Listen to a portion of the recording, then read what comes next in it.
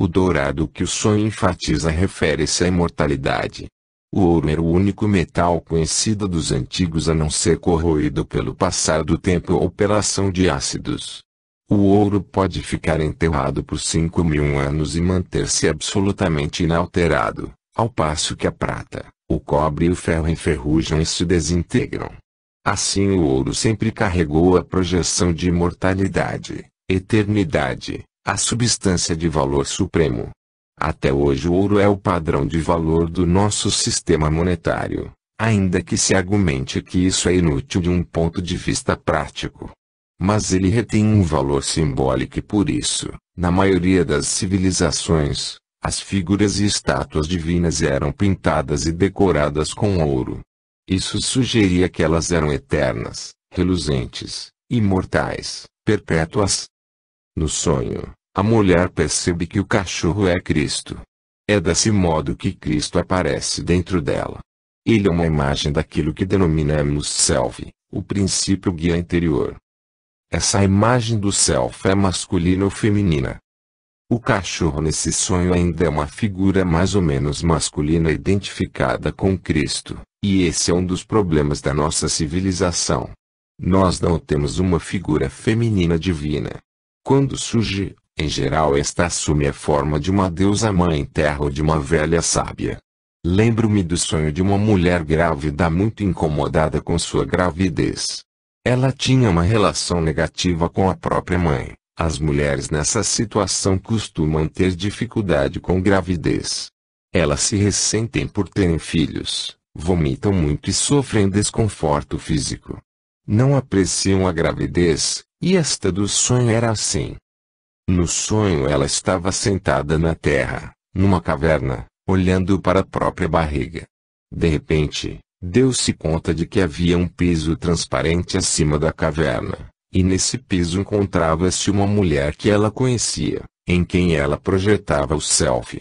Ela diria que se tratava de uma velha sábia que conhecia os segredos da vida. Essa velha sábia acima dela realizava um ritual rezando para as estrelas. Através de sua oração, a água da vida escorria das estrelas, atravessava o piso transparente e se juntava em seu útero, avivando e nutrindo o bebê. Ela percebeu que essa figura sábia ajudava a carregar a criança, para que tudo desse certo. Acordou aliviada e a partir de então passou a aceitar a gravidez. Nesse caso, o Self apareceu para ajudá-la a realizar sua tarefa de mãe. No sonho a seguir, vemos o Animus estabelecendo um contato entre a mulher e o Self. Aí ele funciona como guia até a verdade interior. Sonhei que estava traduzindo do anglo-saxão e me deparei com uma passagem muito difícil. Era o segundo capítulo de Mateus e cheguei ao segundo versículo. Não conseguia compreender. Então, uma voz de homem, com absoluta autoridade, me disse: "Esta é a sua estrela guia." Acordei. Sonho de uma mulher. Neste caso trata-se de uma voz masculina, mas é comum nos sonhos de mulheres que anjos, masculinos, as conduzam. Pense por exemplo na santa francesa Joana d'Arc, conduzida pelo arcanjo Miguel, que aconselhava em sua carreira política e heroica. Esse é o Animus positivo, que eu chamaria de consciência instintiva mais íntima da verdade interior, uma verdade interior básica que guia a mulher espiritual em sua individuação, para que realize seu próprio ser. É o oposto do Animus negativo, esse grande vigarista. Ela se dedica a traduzir a revelação cristã para sua própria linguagem e condição psicológica. Traduzir é um processo de assimilação, de compreender a revelação em seus próprios termos, em vez de simplesmente acreditar no que lhe ensinaram. E aí ela tem dificuldade com a passagem "essa é sua estrela guia." A estrela guia assemelha-se à estrela de Belém. Trata-se daquela passagem que faz alusão à estrela que guiou os reis magos até Jesus recém-nascido. Vimos atrás, no sonho de Gilgamesh, que a estrela guia é o princípio de individuação. É aquilo que nos guia até o sentido individual absoluto da nossa própria vida, nosso mais profundo destino cósmico ou divino.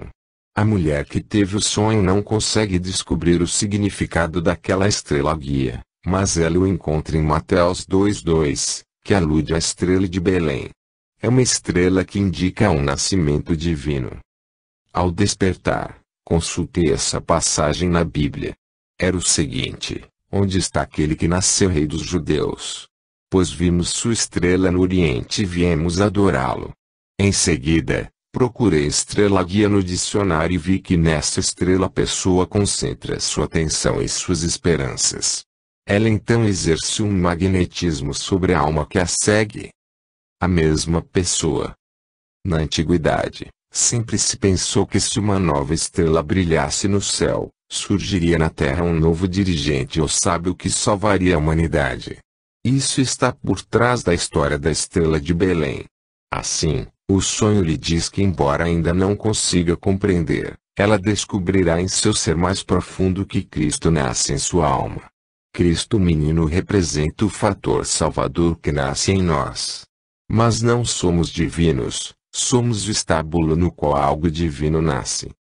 Uma vez que a mulher tenha se conscientizado desse recém-descoberto espírito masculino em seu interior, identificando essa energia e sentindo-a dentro de si, não existe o perigo de que ao desenvolver seu lado masculino, seguindo uma carreira profissional, digamos, sua feminilidade venha a sofrer.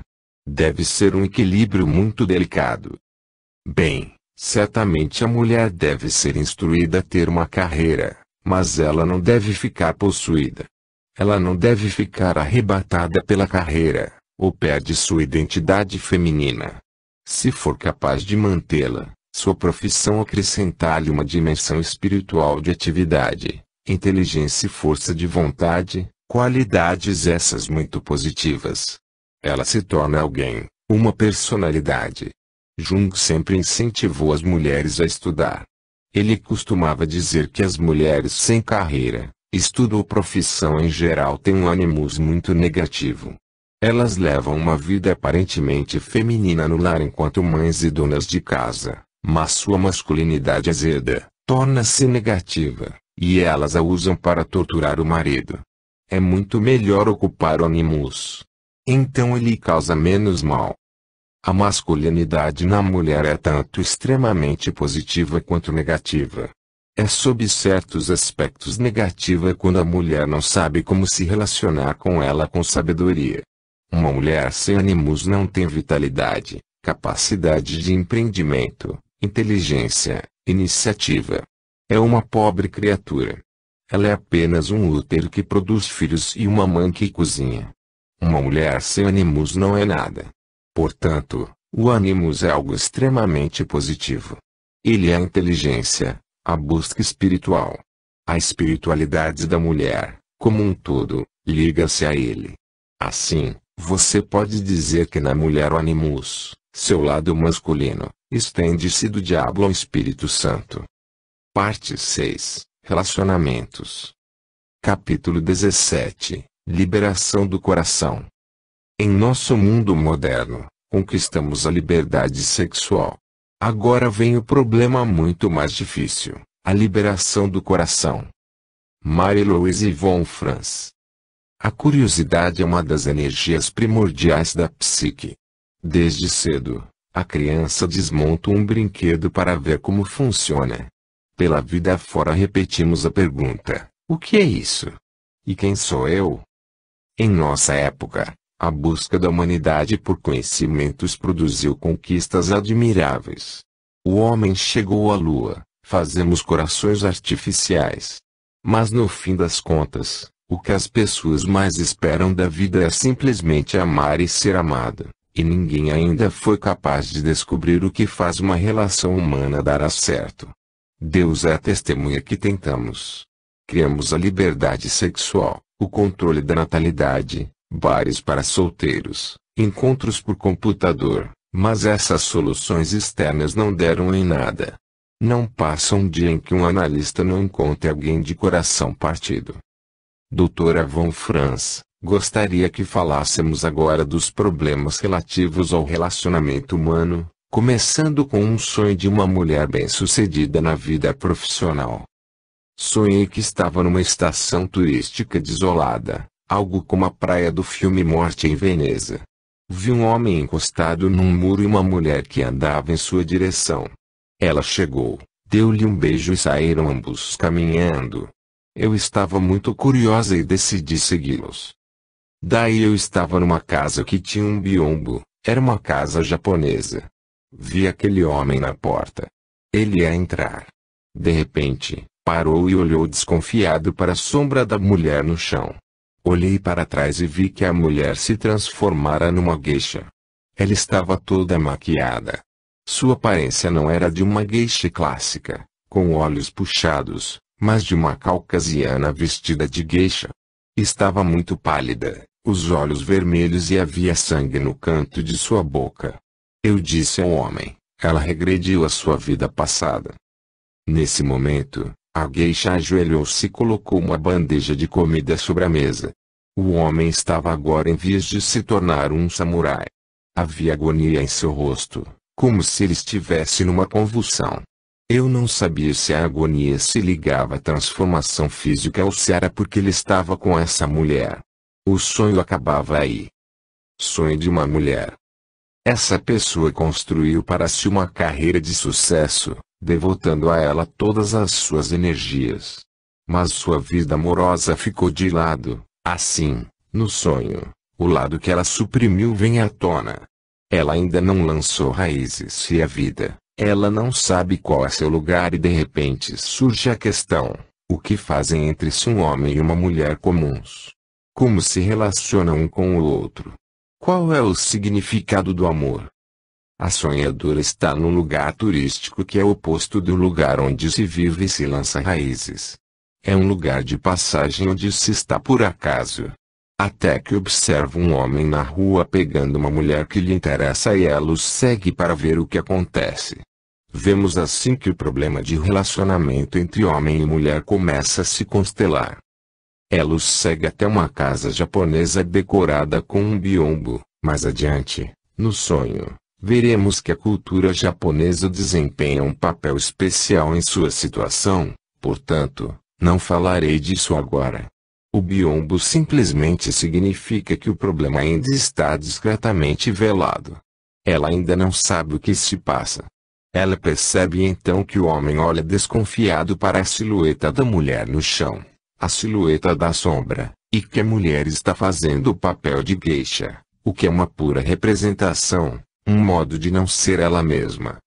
Bem, quando adolescente sempre me interessei por geishas, porque elas são plasticamente tão atraentes. O rosto parece uma máscara e eu ficava me perguntando o que havia por trás. As geishas representam refinamento, a forma suprema da estética japonesa. Não sei se as considero atraentes, mas há uma certa sofisticação associada a elas. A mesma pessoa. A tarefa da geisha é satisfazer todas as fantasias masculinas sobre o feminino ideal. Ela não pode viver sua realidade feminina. Ela tem que representar, e portanto lança uma sombra. Sua verdadeira feminilidade permanece na sombra, e no sonho o homem desconfia da sombra da mulher. Como será a sombra de uma geisha? Como será uma geisha quando não está maquiada, quando não está desempenhando seu papel? Que tipo de mulher ela será então? Esse é o tipo de questão que essa mulher tem em mente. Da boca da geisha escorre sangue e seus olhos estão injetados, o que indica estar ela sofrendo alguma dor terrível ou tortura. Isso mostra que atuar as fantasias de um homem, em lugar de ser uma mulher em si mesma, é uma tortura para ela. Esse sempre foi o destino das geishas. Por exemplo, os chineses enfaixavam os pés das mulheres das classes superiores, de forma que elas ficavam aleijadas. E elas não podiam reclamar. Tinham que satisfazer as fantasias dos homens tornando-se elegantemente reais, como se não tocassem o solo, como se não tivessem pés de camponesas. Os homens temem o lado terreno das mulheres. Esse lado é seu poder, sua conexão com a realidade terrena e os homens o temem porque, como Jung percebeu, as mulheres são na verdade o sexo mais forte. É por isso que os homens têm medo do lado terreno das mulheres. Ao deformar os pés das moças chinesas da camada superior, eles as transformavam em borboletas, em criaturas delicadas, etéreas e românticas. Mas para as mulheres isso era uma mutilação e, naturalmente, as geishas são completamente mutiladas. Elas tinham que reprimir todas as suas naturais reações femininas para desempenhar o papel de geisha. Assim como a geisha tem os olhos injetados, o homem também padece alguma forma de tortura. Sua transformação em samurai parece causar-lhe enorme dor. Ora, o samurai carrega uma projeção pessoal para essa mulher que teve o sonho. O samurai é o romântico bem-amado de sua adolescência e o homem no sonho sofridamente transforma-se nesse ideal. Até mesmo no sonho ela reconhece que isso é uma regressão. A mulher regride a uma vida passada, o que sugere qual a intenção do sonho. Na minha adolescência em Hong Kong os filmes japoneses eram muito populares. Os samurais eram os heróis da garotada. Fisicamente atraentes, eles sabiam o que era certo e o que era errado. As garotas eram loucas pelos samurais japoneses, em comparação com os homens chineses, em geral mais baixos. A mesma pessoa. A sonhadora emigrou para o Canadá e concentrou todas as suas energias em desenvolver a carreira. Agora que ela está no topo, o problema amoroso vem à tona, o problema de encontrar um companheiro e realizar um sonho de amor. E é que ela não pode se basear em nenhum modelo ocidental de relacionamento entre homem e mulher. Ocorre portanto uma enorme regressão ao passado histórico, ao Extremo Oriente, onde o modelo medieval dessa relação era o samurai e a geisha. Mas como as figuras que atuam o samurai e a geisha sofrem essa grande tortura, isso significa que a sonhadora não pode voltar a esse modelo. Isso restringiria por completo sua feminilidade moderna. Mas como não tem outro, no momento ela volta para esse modelo medieval para em seguida ir para a frente e criar ou encontrar em sua alma um novo modelo de feminilidade. A tortura no sonho é a dor do parto de procurar e não ter ainda encontrado sua própria imagem ou identidade feminina. No nível coletivo, a busca de sua própria identidade feminina tem levado a mulher moderna a uma rebelião contra o patriarcado. Mas paradoxalmente, essa mesma busca fez com que muitas mulheres voltassem diretamente para relações do tipo geisha. Elas querem companhia e sexo sem envolvimento pessoal. Como explicar isso? Há duas raízes para isso, a meu ver. A mais profunda é que muitas mulheres na América do Norte são infelizes porque a vida social nesse continente não é suficientemente arraigada. As pessoas têm demasiada mobilidade, as mulheres têm pouca chance de fixar suas raízes na terra, num jardim, numa casa, numa comunidade, num ambiente onde possam ficar. Essa mobilidade constante até que agrada aos homens, mas é desastrosa para as mulheres. Danifica seus instintos. E aí as mulheres querem sexo em troca, porque essa seria sua última possibilidade de estabelecer uma conexão com o próprio corpo, uma confirmação da sua própria existência física. Mas trata-se de uma ação desesperada, um substituto de algo muito diverso. É um substituto da ausência de vida feminina, de um ritmo feminino de vida. O ritmo de vida norte-americano é agitado demais para a mulher. Isso a lesa mais do que ao homem. Não é bom também para ele, mas o dano maior recai sobre a mulher. E, além disso, há todo um mundo de publicidade e a ideia social de sucesso. As garotas têm que namorar e se perguntar: você já está namorando? E assim por diante. O relacionamento entre os sexos torna-se uma questão de sucesso, de conquista social, em vez de sentimento. As mulheres são capazes de administrar o sexo com a cabeça, de uma forma completamente fria, sem um menor sentimento, como um meio de confirmar sua autoestima. Elas pensam: preciso arranjar um homem. Preciso ter um caso para provar para mim mesma que sou normal. Mas isso nada tem a ver com o verdadeiro sentimento instintivo da mulher. Ela passa por cima desses sentimentos com uma ideia teórica de que precisa arranjar um homem e ter relações sexuais com ele. Isso tudo é um frio jogo de poder que não leva a nada. O instinto sexual é um, mas há muitos outros. Há o instinto de autopreservação, há os instintos sociais e os agressivos. Há toda uma legião de diferentes instintos. Não há animal, por exemplo, que consista apenas de desejo sexual. Um cachorro tem agressão, tem necessidade de alimento, necessidade de afeto, de estar com outros cachorros, etc., etc. Se uma mulher elege o instinto sexual como sendo o único e o administra com a cabeça, isso se torna anti-instintivo por romper o equilíbrio. A natureza nunca escolhe um instinto contra os demais. A natureza mantém uma espécie de homeostase, ou equilíbrio geral entre os instintos. Ela liga um e desliga outro, e assim por diante. Se observarmos a vida animal, veremos que isso é periódico.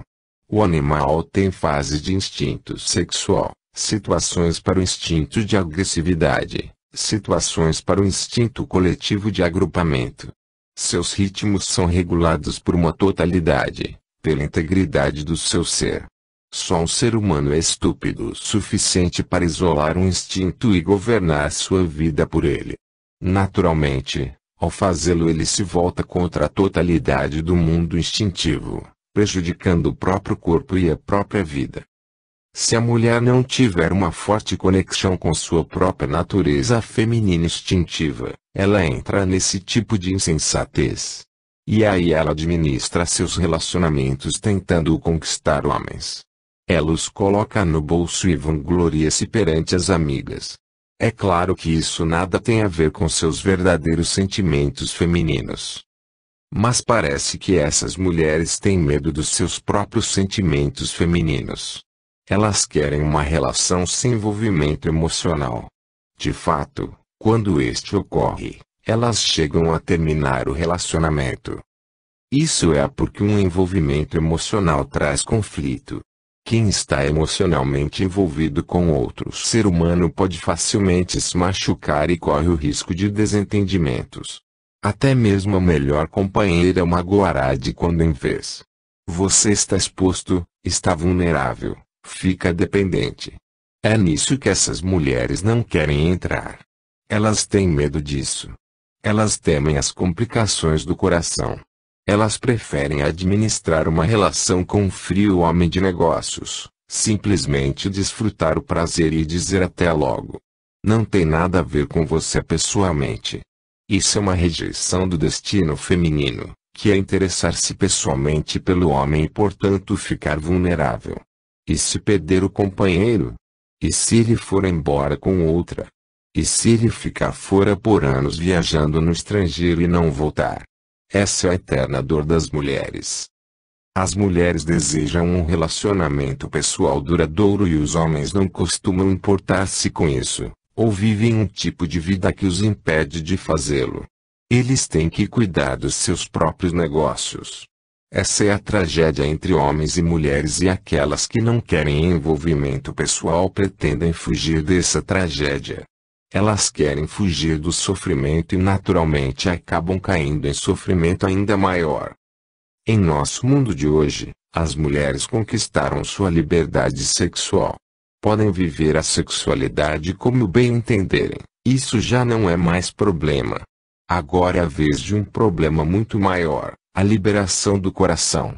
Esse é o programa para os próximos 50 anos. Liberação do coração.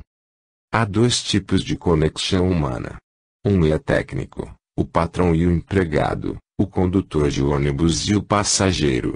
É organizado por regras, hoje em dia inclusive por regras psicológicas. Já existem programas de treinamento para gerentes sobre como lidar com funcionários.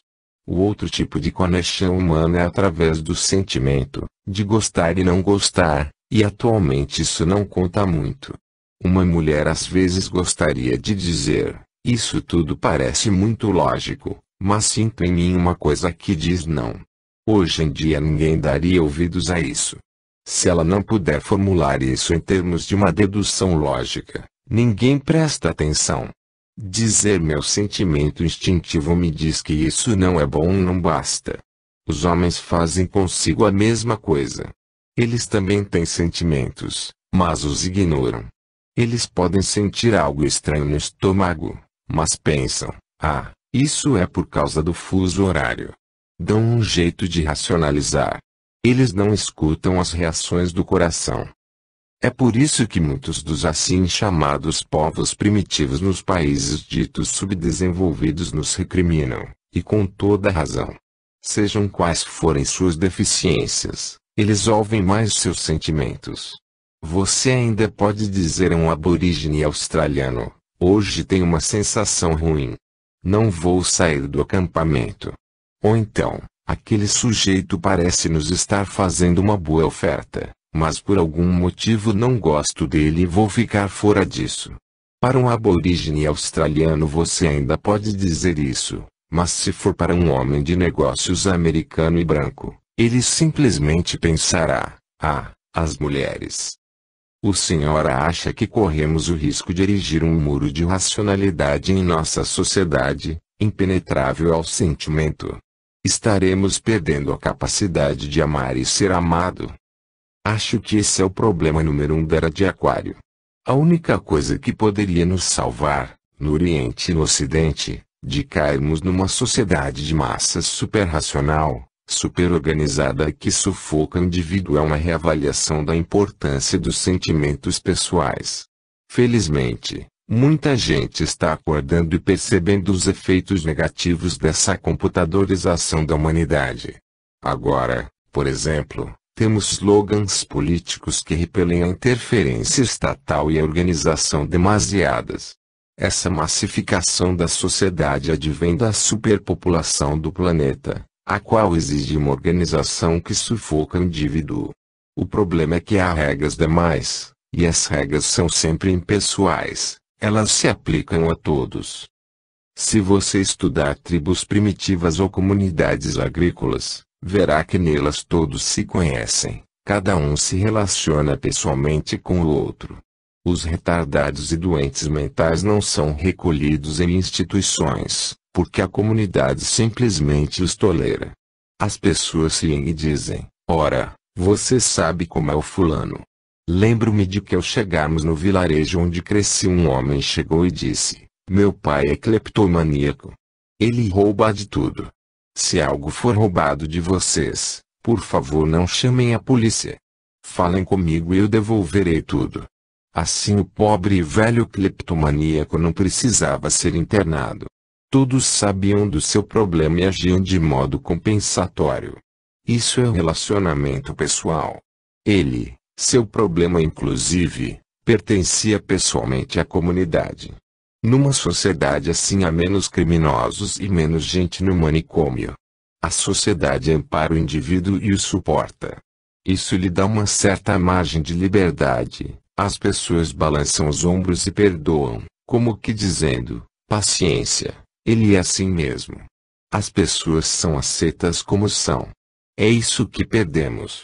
E é isso que devemos restaurar de algum modo novo. Capítulo 18. Liberação do relacionamento. Se um ama o outro realmente, quer vê-lo livre, e não preso pela coleira como um cão. Marie-Louise von Franz. Doutora von Franz, os poetas e os filósofos procuram desde há muito definir o amor de 1000 modos diferentes. Apesar de ter se recusado terminantemente a definir o amor numa conversa anterior, creio que sua expressão liberação do coração é exatamente isso, uma definição do amor.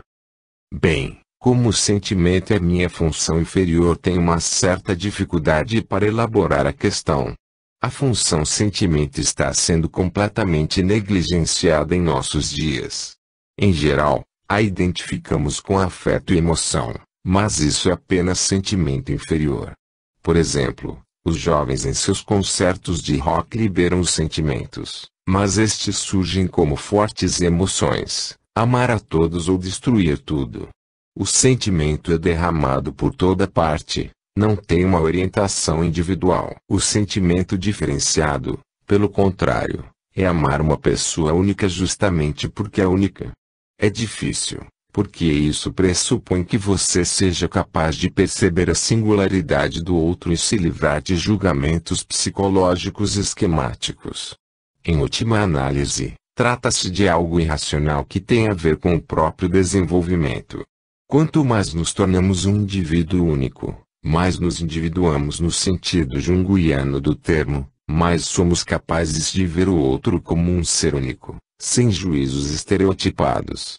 Se você notar como as pessoas falam da vida alheia, muito do que é dito é um clichê que não capta a singularidade do próximo, não a define. Portanto, liberar o coração significa tornar-se aos poucos capaz de sentir e perceber esse aspecto único da personalidade alheia e amar essa singularidade. Isso não é esse sentimentalismo cristão açucarado pronto a tudo perdoar. Ao contrário, trata-se de uma grande precisão do sentimento. Pessoas com um sentimento diferenciado até se chocam se você fala com elas num tom que não é genuíno ou faz um gesto falso com a mão. Elas sentem a singularidade em você e esperam que você seja autêntico. Isso é a coisa mais importante para um terapeuta, amar a pessoa genuína do paciente e desgostar abertamente do que não é genuíno. Isso faz vir à tona o que o indivíduo realmente é, ou o que a natureza quer que ele seja. Esse é amor verdadeiro, amor que cura e faz do outro uma pessoa inteira. Nada tem a ver com sentimentalismo, polidez ou delicadeza. Justamente o oposto. Exato. É muito cansativo. É preciso estar sempre pronto para ter uma reação rápida e precisa maneira que o outro realmente é, ou não é, ou deveria ser. Às vezes isso aparece nas anedotas sobre os mestres zen. O neófito vem com uma resposta não genuína, ou com uma questão intelectual ardilosa, e o mestre zen atinge no cerne do seu verdadeiro ser. A senhora se lembra de alguma anedota dessas? O discípulo chega e o mestre diz: vai até o fogão e veja se ainda há fogo sob as brasas. O moço vai e responde: não há fogo sob as brasas. O mestre bate em sua cabeça e diz: sim, há fogo sob as brasas.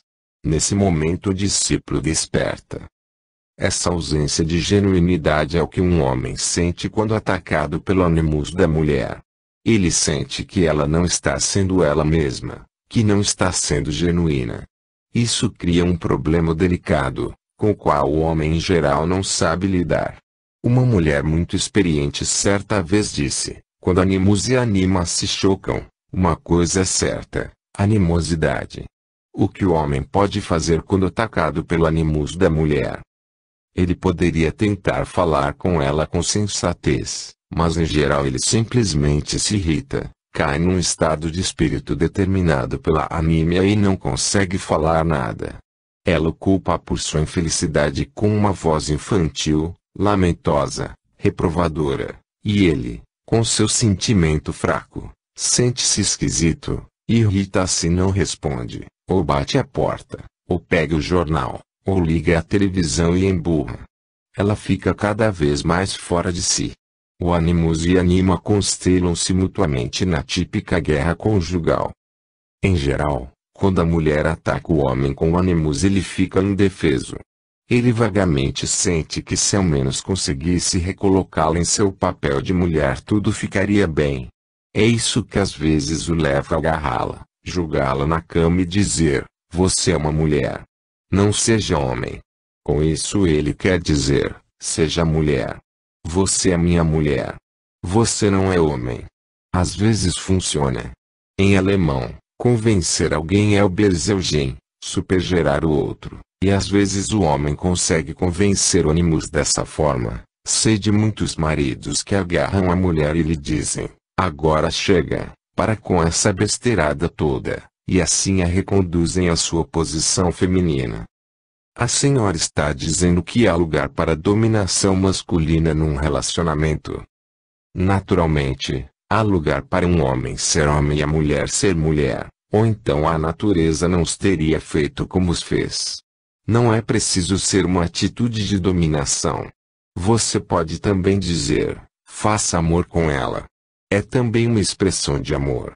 Às vezes, um homem consegue romper a possessão de animus da esposa simplesmente fazendo amor com ela.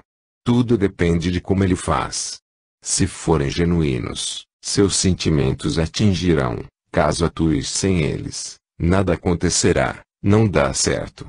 É por isso que nunca recomendo a um homem em análise comigo que faça a tal coisa, porque ele estaria apenas atuando. Ele o faria porque eu disse, e daí não dá certo. Só dá certo se ele realmente tem um sentimento positivo e caloroso por ela.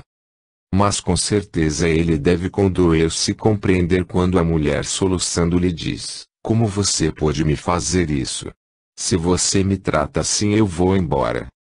Ele não precisa engolir toda essa baboseira, porque a coisa só tende a piorar. Ele deve recusar essas bobagens de dizer, não vou nem escutar esse tipo de tolice e de choramingo.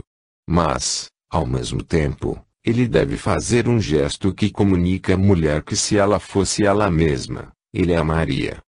Para lidar com uma mulher possuída pelo animus é necessário que o homem ao mesmo tempo a ame e golpeie o animus na face. Aí ela pode sentir, quando sou eu mesma ele me ama, quando não sou, ele fica bravo. Assim o homem ajuda a mulher a encontrar uma saída. Ela começa a perceber o que é ela e o que não é. Uma mulher com um animus negativo forte não consegue distinguir a diferença. Pense, por exemplo, na mulher que descobre que o marido está tendo um caso.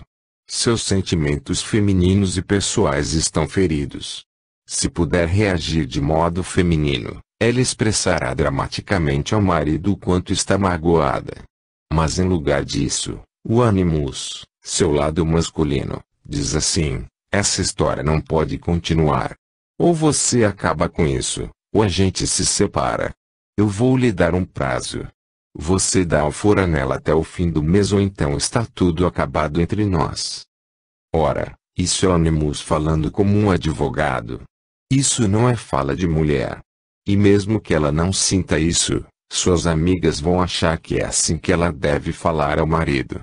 Ela então embarca nisso e diz a ele, olha aqui, isso tem que acabar. Não dá mais. Não aguento mais. Tome uma decisão. E assim por diante, sempre a mesma coisa, um advogado falando. O marido tem um vago sentimento que lhe diz, esta não é minha mulher. É um advogado que está falando comigo.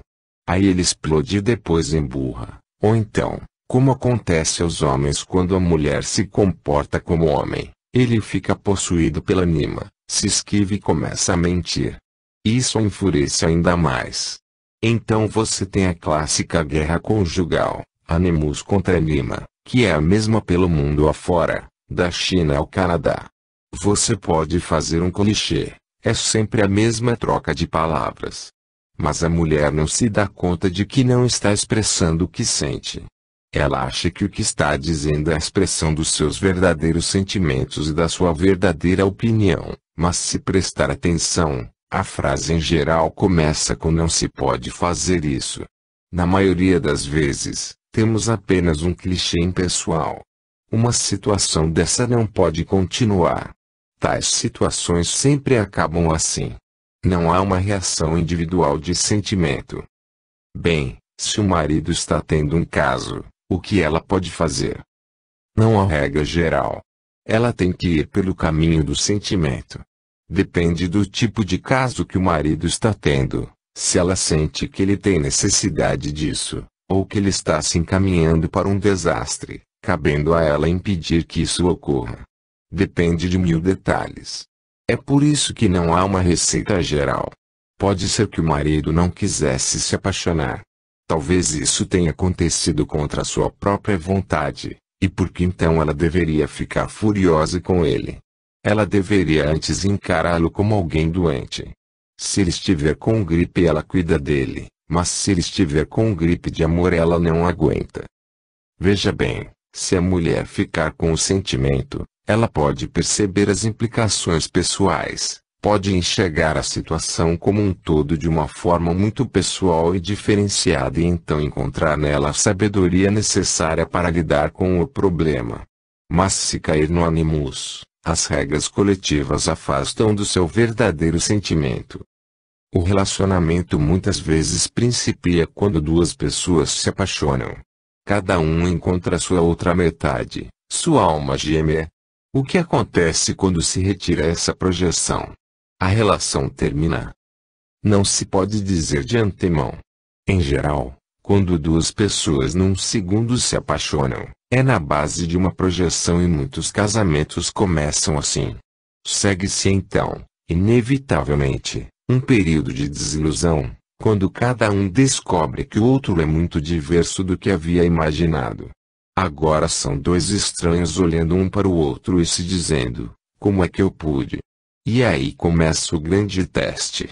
Eles conseguem construir um verdadeiro relacionamento depois da projeção ter acabado, ou não sobra nada? Como eles podem saber se um verdadeiro relacionamento é possível? Observando sonhos. Já trabalhei com casais em análise. Depois de superada a obsessão cega da projeção do animus e anima, ambos sonham que por fim podiam se casar, desta vez para sempre. Um deles, ou os dois, sonham que iam para a igreja participar da cerimônia nupcial, como se a remoção da projeção lhes possibilitasse uma verdadeira relação, amar de olhos abertos. Sabedores do que dizem, um e outro se dizendo sim pela primeira vez. Na nossa sociedade ocidental, muitos de nós tomam a mais importante decisão da vida baseados nessa projeção. O que a senhora acha desse modo de escolher um parceiro? Acho que é o melhor possível. No passado, as famílias combinavam matrimônios por razões econômicas, políticas, ou por interesses familiares. Essa tradição ainda persiste em famílias abastadas na Índia e na China. E isso também não é lá muito satisfatório. Eu diria que é melhor deixar o destino cumprir sua parte. A escolha basear-se-á em muitos casos na projeção, mas se as pessoas forem instintivamente saudáveis elas não projetarão apenas. Se uma imagem paterna ou materna não atrapalhar a situação, as pessoas têm um instinto salutar que as ajuda a escolher o parceiro certo e depois, mesmo que a coisa não dê certo, elas acabaram aprendendo alguma coisa. Se você as impedir elas não aprendem nada e continuam como cachorrinhos cegos. Assim, a meu ver, as projeções, o erro e um provável divórcio são às vezes um desvio que não pode ser evitado. É trágico e triste, mas pela primeira vez na história da humanidade estamos agora fazendo experiências com amor livre. Na origem, enquanto instituição, o casamento nada tinha a ver com amor. Mas já não podemos mais fazer isso, é impessoal demais, é coletivo demais. Portanto, se queremos um relacionamento pessoal, temos que fazer experiências conosco mesmos. Creio que haverá muita dor e sofrimento, os homens torturando as mulheres e estas torturando aqueles, até despertarmos para uma possibilidade de relacionamentos melhores. Trata-se de uma experiência singular na história, começou com as Cours d'Amour na França, quando os cavaleiros podiam escolher a mulher que amavam e ter relações amorosas livres. Mas a Igreja Católica prontamente reprimiu tudo. Havia demasiados filhos ilegítimos, complicações familiares e problemas de herança. A tendência legalista do homem suprimiu tudo. Quando os analisandos vivem dificuldades amorosas eu lhes digo, agora você está em território pioneiro. Pela primeira vez na história, estamos realmente tentando relacionar o homem e a mulher numa base humana, e com certeza haverá muitos erros e problemas no início. Os modernos desenvolvimentos da psicologia não pretendem abolir o casamento, mas torná-lo um pouco menos rígido, um pouco menos tirânico, especialmente depois que os filhos cresceram. As crianças precisam de uma vida familiar unida e intensa e, portanto, os impulsos biológicos em geral mantêm os casais unidos no início do casamento, mas depois de um certo tempo essa unidade familiar bem integrada passa a ter menos importância. Provavelmente esse fato tem uma motivação social. Se a comunidade consistir apenas de pequenas famílias felizes e bem integradas, não haverá vida comunitária no sentido pleno. Haverá apenas pequenos pacotes sem relação um com o outro, e que digam algo do tipo: meus filhos são melhores do que os seus. À medida que os filhos crescem, portanto, há em geral uma tendência do inconsciente não a dissolver, mas a afrouxar o casamento, a exigir mais liberdade para os parceiros. Defendo, portanto, uma certa liberdade tanto para os homens como para as mulheres. Penso que no casamento deveria haver liberdade mútua. Os cônjuges deveriam proporcionar-se liberdade e compreensão mútuas. E como fica a fidelidade? Bem, a questão é saber o que é fidelidade. É o que a lei estipula, quer dizer, que você não pode ir para a cama com outra pessoa, o que não significa nada. Jung dizia que se pode cometer adultério apenas olhando com amor nos olhos de alguém. Isso pode significar mais do que uma história de cama que não significa nada. Portanto, o que é adultério? O que é fidelidade? Não creio que esta deva ser definida de forma puramente exterior. Para mim, fidelidade quer dizer uma lealdade básica à essência do outro, uma lealdade sem compromisso para com o âmago do coração do outro. Mas isso não exclui reservar-se uma certa liberdade, ou permitir que o outro também a desfrute. Pelo contrário, aquele que realmente ama o outro quer vê-lo livre e não preso pela coleira como um cão. Parte 7. O Self. Capítulo 19. Sonhos de uma vida. A semente de um pinheiro da montanha contém em si a futura árvore em forma latente, mas cada semente cai a seu tempo num lugar próprio, sob o efeito de fatores diversos, como a qualidade do solo ou as rochas, o grau de declive e disposição ao sol e ao vento. A totalidade latente do pinheiro na semente reage a essas circunstâncias desviando-se das pedras e inclinando-se para o sol, o que acaba moldando o crescimento da árvore. Assim um pinheiro individual lentamente toma corpo, constituindo a realização da sua totalidade, sua manifestação no mundo da realidade. Na falta da árvore viva, a imagem do pinheiro é apenas uma possibilidade, uma ideia abstrata. A realização dessa singularidade no indivíduo é o objetivo do processo de individuação. C.G. Jung. O homem e seus símbolos. Os sonhos nos indicam onde se encontra nossa energia e para onde ela quer ir. Todo sonho é uma mensagem útil que propicia um insight sobre o sentido específico de uma situação também específica da nossa vida. Noite após noite essas mensagens se repetem, chegando a mais de 100.000 no decorrer de uma vida. Se estudarmos nossos sonhos por um certo tempo, começaremos a perceber conexões significativas entre eles. Parece haver uma força diretriz que nos guia até o nosso próprio destino individual. Doutora Von Franz, será que em seu trabalho de analisar sonhos foi possível detectar algum padrão geral na vida onírica de uma pessoa? Ainda há muita pesquisa a ser feita. Registrei meus sonhos durante 40 anos e alguns dos meus analisandos também o fizeram, por longos períodos. Recebi de um paciente que veio a falecer cerca de 3.800 sonhos. Ele os anotou conscienciosamente durante anos. Outro analisando selecionou alguns temas em seus sonhos. O tema da luta, do pai, de esportes, etc. Ele observou que esses temas apareciam, desapareciam, depois voltavam a aparecer, de forma periódica. Ao acompanhar um tema específico, ele pôde perceber a gradual transformação do mesmo. As pessoas em análise às vezes desanimam. Continuo sonhando o que meu pai grita comigo. Esse sonho me persegue desde o começo da análise. Não melhorei nada. Mas eu digo, espere um pouco, se observarmos com atenção, retomando todos os sonhos com seu pai, você verá que há uma leve mudança.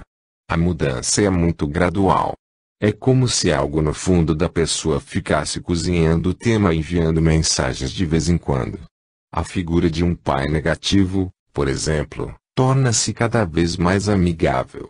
Ou então uma situação perigosa, presente nos sonhos iniciais, reaparece mais tarde, mas com algum tipo de solução. É como se a natureza lentamente chocasse os problemas, desenvolvendo-os devagar. Esse desenvolvimento lento pode ser observado na interpretação de sonhos. Nossa atenção consciente pode acelerar esse processo de maturação cooperando com a natureza na resolução dos problemas. A análise não é mais do que a concentração da nossa atenção consciente no processo natural de maturação com vistas a apressá-lo. É como pôr mais fogo, para que o processo ande mais depressa. Nossa vida consciente parece desenvolver-se através de fases bem definidas, infância, adolescência, etc. Os sonhos têm um desenvolvimento paralelo.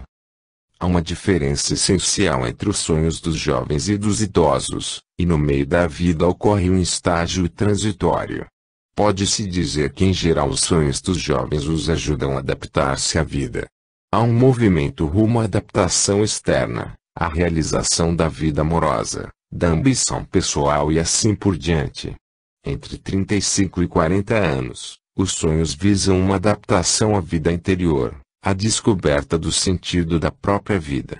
Atualmente, porém, mesmo os jovens podem sentir a urgência da vida interior. Estamos a tal ponto esmagados pela mentalidade massificada da nossa civilização, devido ao problema da superpopulação, que muitos de nós se sentem supérfluos. Você sente algo assim? Se eu fosse para o cemitério nada mudaria. Haveria uma boca a menos para alimentar, o que seria uma bênção. A humanidade continuaria a se propagar pelo planeta. A mentalidade massificada que rege a nossa civilização nos esmaga e nos faz sentir supérfluos e sem importância. Na vida profissional, podemos sempre ser substituídos por outros 20 que disputam o mesmo posto. E isso tem um efeito muito destrutivo sobre o homem moderno. Ou ele compensa, tornando-se um megalomaníaco que quer estar por cima e pelo menos conquistar alguma coisa, ou se sente completamente esmagado e supérfluo, de modo que uma depressão insidiosa se instala nele. Hoje em dia você encontra essa depressão em muitos jovens. De alguma forma não perceptível, eles se sentem profundamente deprimidos e desencorajados. Não acreditam em suas próprias vidas, nem no significado de sua existência. Ora, os sonhos apontam para o indivíduo o sentido único da sua vida também única. Talvez seja esse o aspecto mais importante da vida onírica. Há 2000 árvores na floresta e todas não passam de árvores, mas quando olhadas de perto e com atenção cada uma tem uma personalidade única. Não há duas árvores iguais. Todas elas são personalidades. A natureza realiza seus padrões através de seres únicos e individuais. Por isso o pensamento estatístico é tão pernicioso, tão nocivo. Podemos dizer que num monte de pedras o peso médio é 1 quilo. Mas se observarmos as pedras individualmente, veremos que nenhuma tem 1 quilo. Uma pesa 2 quilos, outra meio quilo e assim por diante. Precisamos aprender a ver e respeitar o caráter único da coisa em si. A realidade consiste de um imenso número de seres únicos e os sonhos nos ajudam a descobrir padrões únicos da nossa vida. Na prática psicológica moderna as pessoas vivem se queixando, minha vida não tem sentido. Elas sacudem os ombros e dizem, para quê? O que estou fazendo aqui? Para que serve isso tudo? Eu poderia muito bem não existir. E aqui o sonho é singularmente importante ao indicar o que o inconsciente quer dessa pessoa, o que ele quer que essa pessoa se torne. Costuma ser surpreendente. Quando as pessoas me procuram, às vezes tento adivinhar qual é seu destino, sua tarefa. Imagino o que acontecerá com elas. Trata-se de um problema criativo. Será que essa garota tão infeliz no amor encontrará seu João ou seu José? Eu nunca acerto. O que acontece é uma total surpresa. E depois de o fato ter acontecido, pode-se dizer, é a solução adequada a essa pessoa e não uma solução coletiva. Por isso, às vezes, publicar casos se torna muito desanimador. O leitor pensa, Ah, essa é a solução para minha depressão. Ou então, essa é a solução para o meu casamento infeliz. Mas não é. É apenas a solução para aquela pessoa, naquele caso particular. Outro caso é diferente. Todas as soluções são únicas. É por isso que chega a ser perigoso publicar casos, porque as pessoas se identificam e pensam que é a sua solução. Na verdade, é apenas a solução do outro. É isso que torna tão excitante trabalhar com sonhos. Nada se repete. Você nunca pode prever com precisão. A natureza sempre dá uma resposta criativa. A senhora acredita em predestinação? Os sonhos indicam que a vida é predeterminada. Com certeza uma boa parcela da vida tem um padrão preexistente. Você nasce homem ou mulher, branco ou chinesa, neste lugar e não naquele, nesta família e não em outra. Há um padrão dado, mas também uma certa margem de liberdade.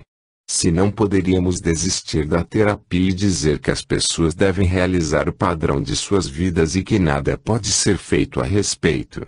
Mas ao compreender esse padrão, ao torná-lo consciente, ao interpretar sonhos, mesmo que não possamos escapar do destino, podemos conferir-lhe um sentido mais positivo. Faz diferença dizer sim ao destino e cumpri-lo positivamente, ou dizer não e ser por ele arrastado contra a própria vontade. Podemos assim dizer que embora haja uma certa predestinação, ela não é absoluta. Não se trata da ideia fatalista de Allah que tudo decide e faz as coisas acontecerem de um certo jeito. Podemos alterá-las e é por isso que a terapia faz sentido.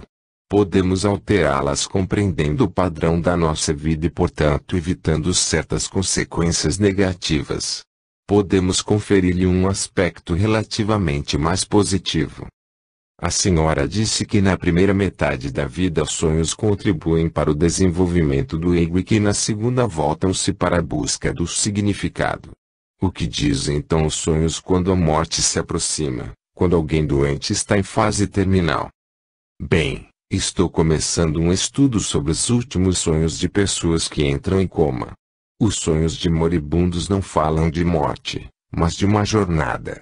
Eles devem se preparar para uma jornada, ou devem atravessar um túnel escuro e renascer em outro mundo, ou percorrer uma escuridão desagradável ou uma nuvem escura e sair em outro espaço, ou então eles se encaminham para finalmente encontrar a pessoa amada. Esse encontro é o famoso tema da morte como um casamento com a outra metade interior. Ou então, quando alguém está tão intensamente identificado com o próprio corpo a ponto de pensar que extinguindo-se tudo terminou, ocorrem sonhos que procuram separar a pessoa do seu corpo.